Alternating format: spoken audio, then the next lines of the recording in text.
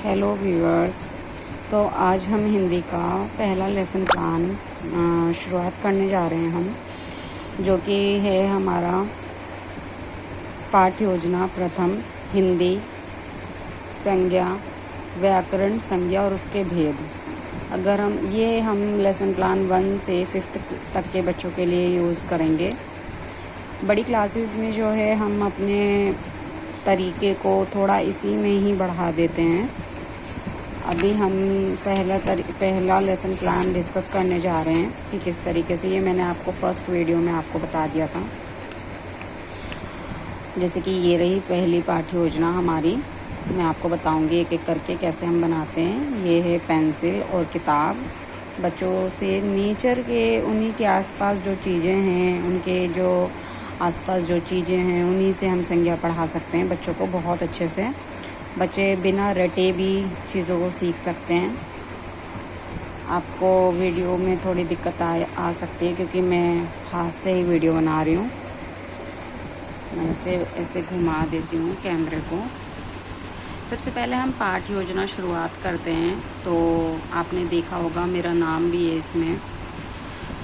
हम ये पॉइंट्स लिखते हैं छात्र, अध्यापिका, विषय। ये एनसीईआरटी हमारे जो एससीईआरटी और एनसीईआरटी और हर बोर्ड के अपना तरीका होता है पाठ्य योजना का। तो मैं जो है ये एनसीईआरटी के बेस्ड पर आपको ये तरीका आपको बता रही हूँ पाठ्य योजना का। सबसे पहले हम यूज़ करते हैं ये पॉइंट्स: छात्र, अध्यापिका का नाम, विषय, उपविषय, प्रकरण, फिर हम दिनांक, कक्षा, कालांश मतलब पीरियड, हमारा टाइम, अवधि और ये सब हम लिखते हैं वीडियो में। कह रही हूँ पाठ्य योजना में। विशिष्ट उद्देश्य फिर हमारा सेकंड पॉइंट होता है। फर्स्ट ये होते हैं सब हमारे ये जितने भी पॉइंट्स हैं। सेकंड होता है हमारा विशिष्ट उद्देश्य। विशिष्ट उद्देश्य में हम 3 से 4 विशिष्ट उद्देश्य बनाते हैं अपने, ताकि बच्चों को हम अच्छे से समझा सकें। छात्र संज्ञा की परिभाषा को बता पाएंगे क्योंकि हमारा टॉपिक की संज्ञा है, तो हम उसी से रिलेटेड अपने उद्देश्य रखते हैं। छात्र संज्ञा की परिभाषा उदाहरण सहित दे पाएंगे। छात्र संज्ञा शब्दों का उचित प्रयोग कर पाएंगे। छात्र संज्ञा के भेदों के उदाहरण सहित जानेंगे उनके बारे में, संज्ञा के बारे में। छात्र नए शब्दों से परिचित होंगे व उनके शब्द भंडार में वृद्धि होगी। देखिए जैसे कि हमें पता है कि छात्रों को पहले से ही बहुत कुछ ज्ञान होता है, अपने आसपास की चीज़ों के बारे में वो जानता है, लेकिन हमें उसको एक सिस्टम तरीके से बताना होता है। तो हम जो है अपने संज्ञा शब्दों में इनका इस्तेमाल करेंगे और उनकी नॉलेज जो है, उनकी जो पहले से जो नॉलेज है उसके बारे में हम उनके बारे में उनको और ज़्यादा सिखाएंगे। अब मैंने जैसे आपको बताया ये TLM है, शिक्षक सहायक सामग्री। तो ये हमने जो है इसके लिए हमें ये वाला पॉइंट लिखना होता है LP में, सहायक सामग्री। संज्ञा और उसके भेदों को दर्शाता चार्ट। जब हम क्लास में जाते हैं तो हम या तो चार्ट लेकर जाएं या फिर उनके आसपास, क्योंकि इससे बच्चे थोड़ा इंटरेस्ट लेके सीखते हैं। पूर्व ज्ञान के बारे में बच्चे सीख जाते हैं। पूर्व ज्ञान उनको पहले से ही होता है, तो हम उनसे उसी के बेस्ड पर थोड़े से क्वेश्चन करते हैं। बच्चे संज्ञा और शब्दों का प्रयोग करते हैं किंतु उनके भेदों से परिचित नहीं हैं। बच्चे ये तो बता सकते हैं आपको क्लास में कि ये मैम पंखा है, ये दीवार है, ये चार्ट है, पर वो ये नहीं बता पाएंगे कि संज्ञा के भेद क्या हैं, क्योंकि हमें जो अपना लेसन प्लान डिलीवर करना है वो इसी के बेस पे करना है ना। तो पूर्व ज्ञान का परीक्षण, बच्चों के पूर्व ज्ञान से अब हमें ये भी तो जानना होगा कि बच्चों को आता कितना है। तो हम कुछ स्टार्टिंग करते हैं क्लास में। जब हम जाते हैं तो हम सबसे पहले ये शुरुआत करते हैं कि छात्र अध्यापिका द्वारा पूछे गए प्रश्न। हम क्लास में एंटर्ड होते हैं तो पहले हम जाते ही डिलीवर नहीं करने लग जाते हैं अपना लेसन प्लान। हम सबसे पहले उनको एक माहौल बनाते हैं क्लास में। फिर हम संभावित उत्तर, ये यानी कि जो बच्चे उत्तर दे सकते हैं, संभावित उत्तर पहला कि एक छात्र से प्रश्न अपने कुछ सहेलियों के नाम बताओ। छात्र से हम पूछते हैं कि अपनी कुछ सहेलियों के, सभी बच्चे अपने अपनी सहेलियों के नाम बताते हैं। जैसे मैंने यहाँ एग्जाम्पल में लिख रखा है राधा, सोना, मीना, और भी हो सकते हैं। कक्षा में क्या क्या वस्तुएं दिखाई दे रही हैं, बच्चे बताएंगे पंखा, बोर्ड, किताब। कुछ नदियों के नाम पूछ लो तो बच्चे बता देंगे यमुना, जमुना, जो भी उनको समझ में आएगा। लेकिन जब हम उनसे ये पूछेंगे ना कि क्या आप सभी को पता है इन शब्दों को क्या कहते हैं, तो बच्चे कई बार इस प्रश्न का उत्तर दे नहीं पाते हैं। उसी को हम बोल देते हैं कि संज्ञा हमारा जो है ये समस्यात्मक प्रश्न है। यहीं से हमारा जो है लेसन शुरू हो जाता है। एक बार मैं आपको ये पूरा दिखा देती हूँ। इस तरीके से हमारा ये लेसन प्लान बनाया जाता है। आपको ये दिख रहा होगा, पूरा इस तरीके से ही हम बनाते हैं।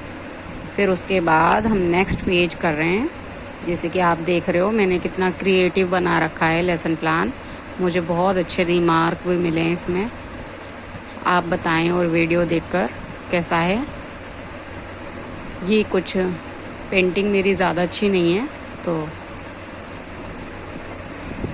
अब इसके बाद हम अपना, जब हम बच्चे नहीं दे पाते हमारा उत्तर, तो इसके बाद हम बच्चों को उद्देश्य कथन देते हैं।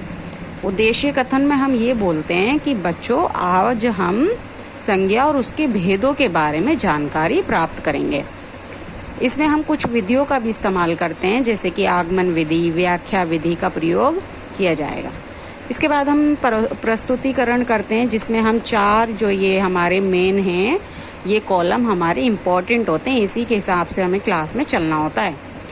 शिक्षण बिंदु, छात्र क्रियाएं, छात्र अध्यापिका। देखिए हम छात्र अध्यापिका इसलिए यहाँ लिखते हैं क्योंकि अभी हम छात्र हैं, अभी हम ट्रेन टीचर बन रहे हैं, बने नहीं हैं। तो हम एक कोशिश पे लगे हैं, इसीलिए हम यहाँ अध्यापिका ना लिखकर यहाँ छात्र अध्यापिका लिखते हैं और यहाँ मूल्यांकन लिखते हैं। अब यहाँ पे देखिए लिखा है संज्ञा चार्ट जो हम लेकर गए हैं क्लास में। मोहन पढ़ता है, राम दिल्ली में रहता है, कृष्ण मुरली बजाता है। तो इसके बाद हम ये देखिए छात्र अध्यापिका पूछती है कि ये जो चार्ट है ये दिखाते हुए इन वाक्यों में किस व्यक्ति, स्थान, वस्तु नाम दिया गया है उसे छांटो। तो छात्र ध्यान पूर्वक सुनते हैं, फिर छांटते हैं। मोहन, दिल्ली, मुरली।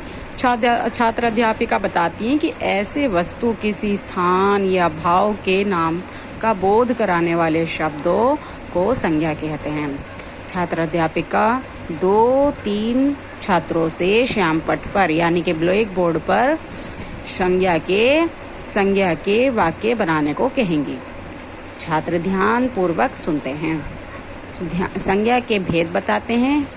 फिर छात्र अध्यापिका बताती हैं कि संज्ञा के 3 भेद होते हैं। पहली व्यक्तिवाचक संज्ञा। चार्ट में हम सब कुछ दिखाएंगे ताकि बच्चे बोर ना हो, हमारी क्लास में शोर मचाएंगे अगर वो बोर हो जाएंगे तो। पहला चार्ट बताएंगे हम, चार्ट दूसरा अब लगाएंगे हम, तो बताएंगे गोपाल खाता है। पहले वाक्य में संज्ञा शब्द कौन सा है, तो बच्चे जल्दी से बता देंगे कि गोपाल है।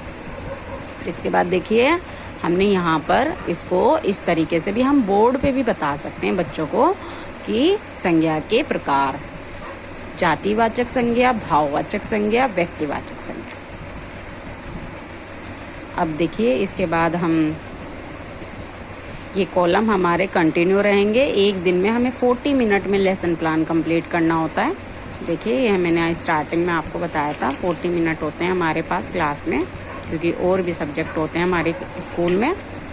तो अब दूसरा हम बताएंगे कि यहाँ पर फिर हम वही पॉइंट्स हमने देखिए यहाँ पर लिखे हैं। शिक्षण बिंदु, छात्र अध्यापिका क्रियाएं, छात्र क्रियाएं, मूल्यांकन। आप एक बार भी लिख सकते हैं, हर बार शो नहीं करना है, एक बार ही हो सकता है शो। तो यमुना में नहा आओ, तो हम कहाँ नहाओ, बच्चे बताएंगे यमुना में। तो इससे बच्चे इंटरेस्ट लेकर सीख रहे हैं। तो इन वाक्यों में कहाँ चलो संज्ञा क्या है, दिल्ली है ना। तो हम छात्र अध्यापिका बताती है कि ये शब्द किसी विशेष व्यक्ति, वस्तु व स्थान का बोध करा रहे हैं। जो शब्द किसी विशेष वस्तु, स्थान या विशेष व्यक्ति बोध कराते हैं उन्हें संज्ञा कहते हैं। ये जातिवाचक संज्ञा कहलाती है। छात्र अध्यापिका 2-4 छात्रों से व्यक्तिवाचक संज्ञा के उदाहरण श्यामपट्ट पर लिखने को कहेंगी। यहाँ छात्र क्या करेंगे? छात्र अध्यापिका के निर्देशों का पालन करेंगे। जो टीचर ने बताया उनको वो बच्चे बताएंगे। अच्छा, मूल्यांकन में हम लास्ट में हम इसका कॉलम का यूज करते हैं। अगर बीच बीच में आप क्वेश्चन पूछ रहे हो तो वो भी आप डाल सकते हो, लेकिन ये कॉलम बनाना जरूरी होता है। फिर चार्ट हम 3 यूज करते हैं।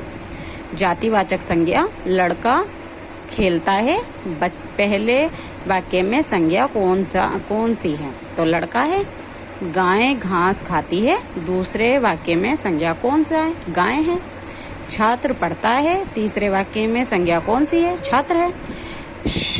छात्र अध्यापिका बताती है कि इन सभी वाक्यों में लड़का, गाय, छात्र शब्द किसी एक लड़के, किसी एक गाय या किसी एक छात्र का बोध नहीं कराती, बल्कि अपनी सारी जाति का बोध कराती हैं।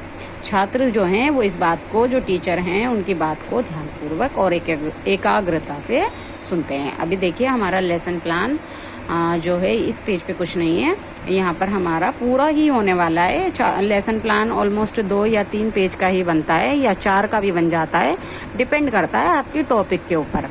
फिर देखिए मैंने दोबारा से लिख रखे हैं ये पॉइंट्स। फिर देखिए यहाँ पर जो टीचर का जो कॉलम होता है वो थोड़ा बड़ा बनाइए, क्योंकि इसी में ज़्यादा एक्टिविटी हम इस्तेमाल करते हैं। तो किसी जाति या वर्ग का बोध कराने वाले शब्दों को जातिवाचक संज्ञा कहते हैं।